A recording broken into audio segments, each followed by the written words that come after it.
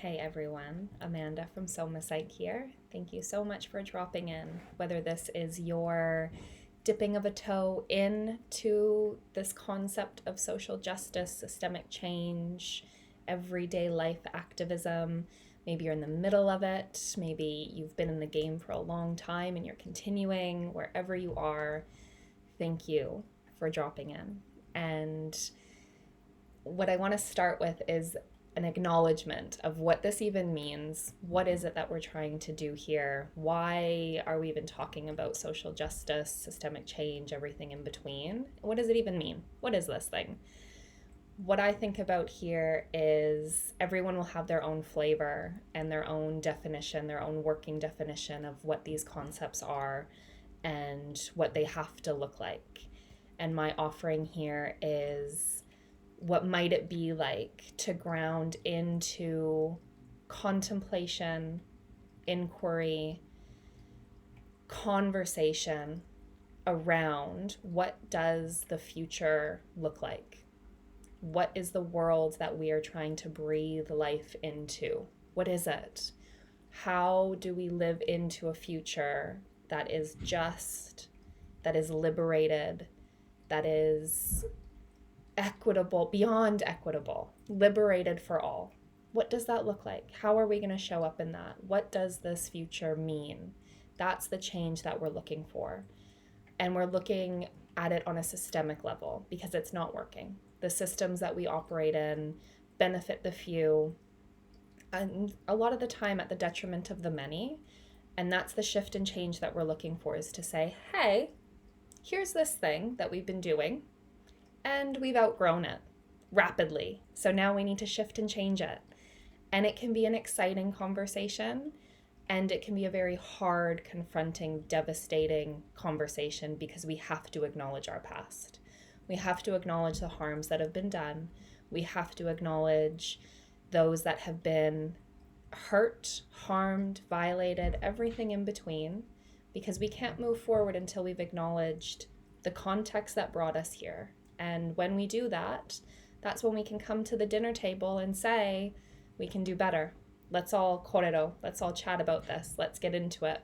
What does a liberated future look like? What could systems be like if everyone was taken into account?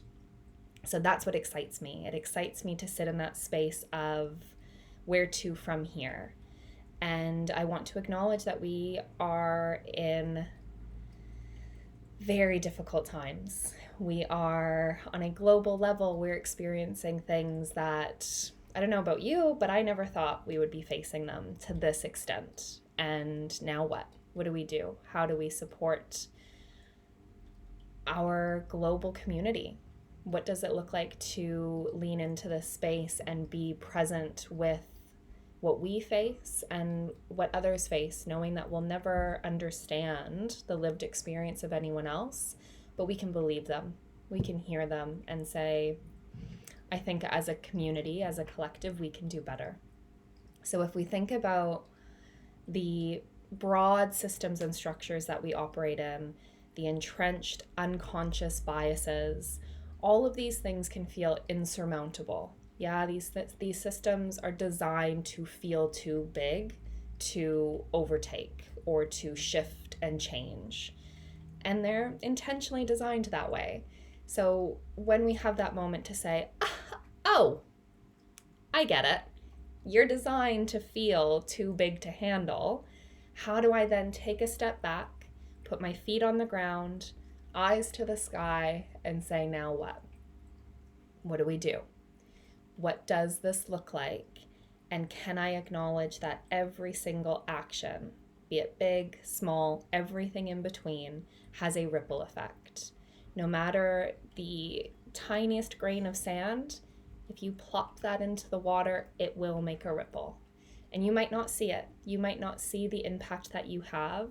You might see the fruits that thrive and come from it, that blossom from the actions that you take. But a lot of the time, even just you walking down the street and making eye contact with someone will make a difference in their life that you will never know. And that's what this means. That's the everyday activism.